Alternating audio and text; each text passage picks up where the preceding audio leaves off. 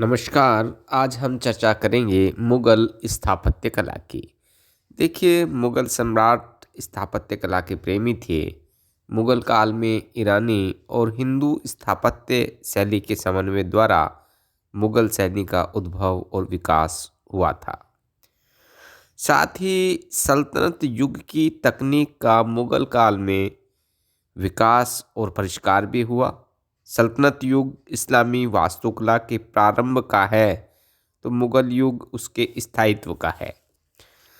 मुगल युग में आवासीय इमारतें अधिक निर्मित हुई, जिनमें क्रमशः परिष्कार, गति और लय देखी जा सकती है। वास्तु या स्थापत्य के इस नवीन युग की स्थापना का जो श्रेय है बाबर, हुमायूं और विशेषतः अकबर को जाता है। जहांगीर और शाहजहां के काल में इस तथाकथित मुगल स्थापत्य कला का उत्कर्ष हुआ था। शाहजहां का जो युग है स्थापत्य के क्षेत्र में स्वर्ण युग कहा जाता है। इस दृष्टि से हम मुगल स्थापत्य को दो युगों में बांट सकते हैं। 1526 से 1605 ईस्वी तक का काल, और इस काल में बाबर, हुमायूं और अकबर द्वारा निर्मित जो इमारतें हैं उन्हें हम ले सकते हैं। 1605 से 1707 तक का काल, इसमें जहांगीर, शाहजहां और औरंगजेब के द्वारा निर्मित जो इमारतें थीं उन्हें हम ले सकते हैं।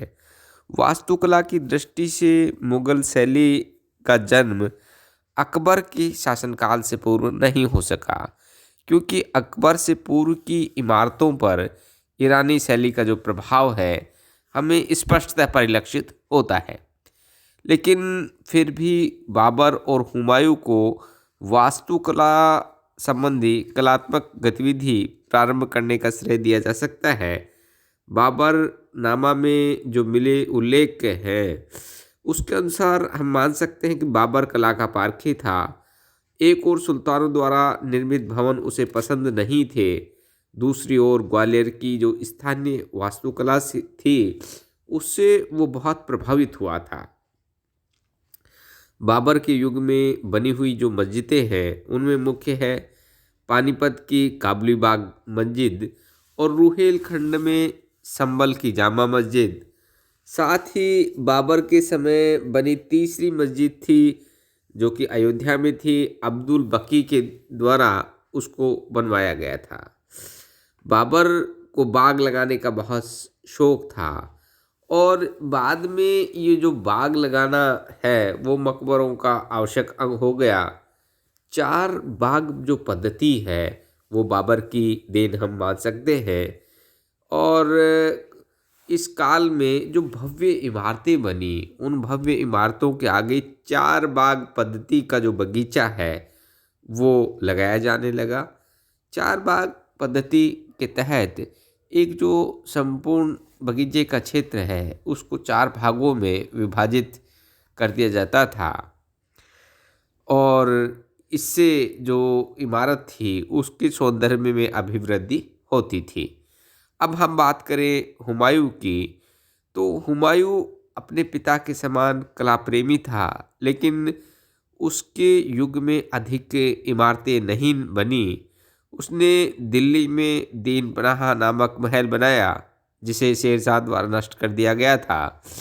उसके समय आगरा और हिसार में दो मस्जिदें भी बनी थी। अब हम बात करें मुगल वास्तुकला का अकबर का युग।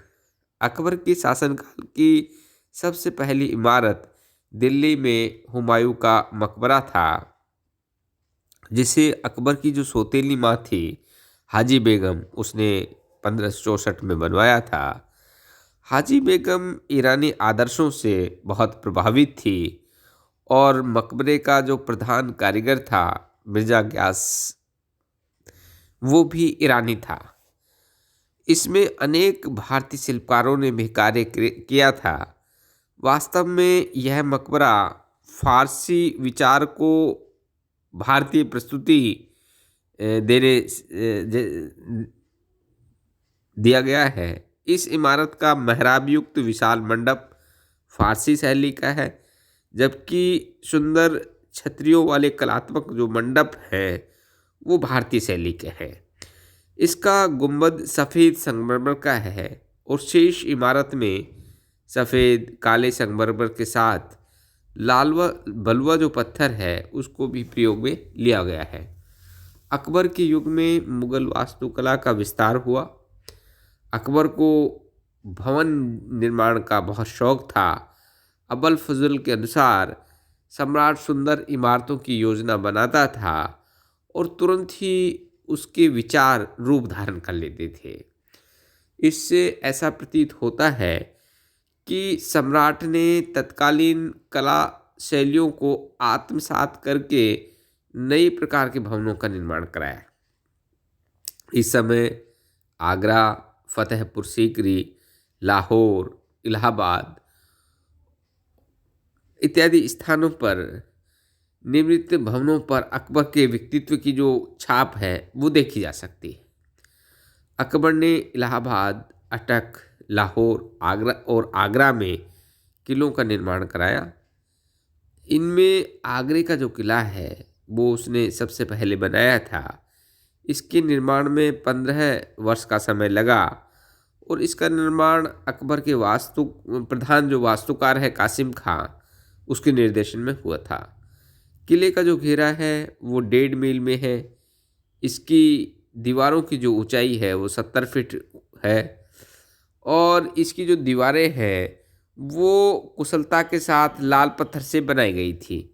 किले में 4 प्रवेश द्वार थे और इसके पश्चिम का जो भाग है उसका प्रवेश द्वार दिल्ली दरवाज़ा कहलाता है।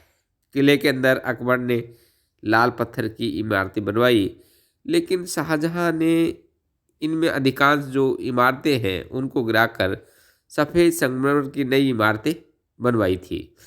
इसलिए वर्तमान में अकबर के युग का प्रतिनिधित्व करने वाली केवल 2 इमारतें शेष हैं, जहांगीरी महल और अकबर का महल।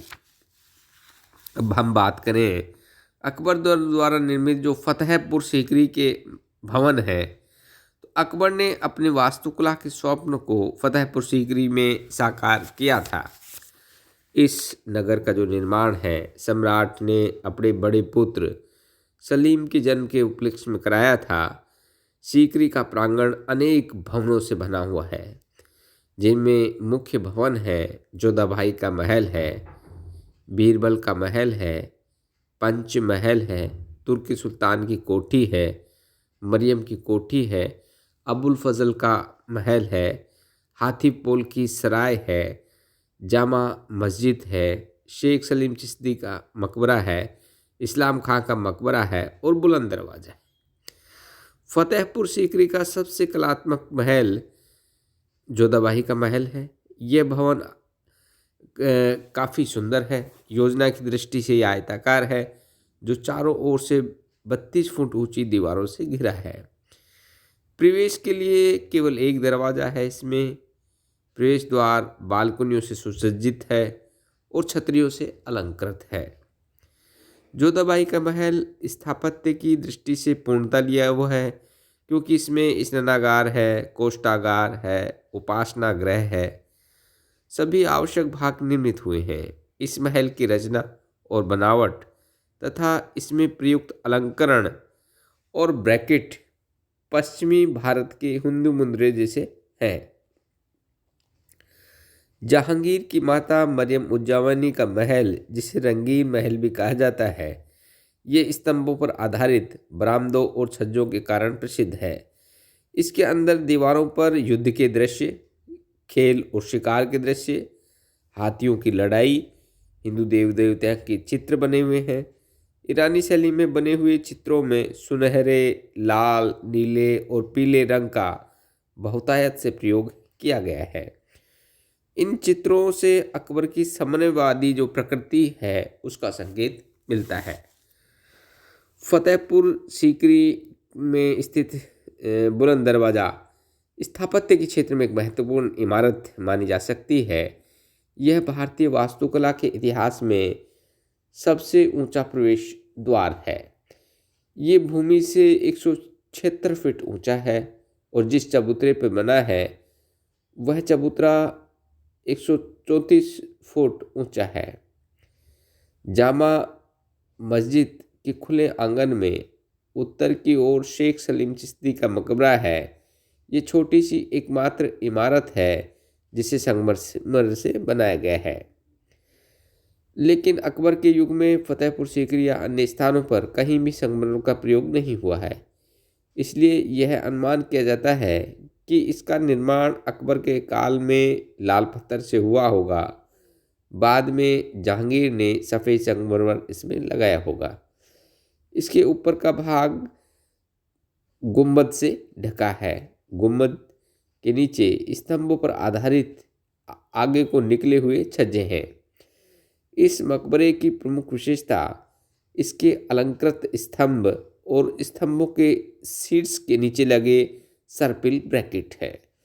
तो ये मान सकते हैं कि अकबर के जो समय की जो इमारतें हैं उन पर मजबूती पर विशेष बल दिया गया, जबकि बाद की जो जैसे शाहजहां के समय की इमारतें हैं उनमें अलंकरण पर विशेष बल दिया गया था।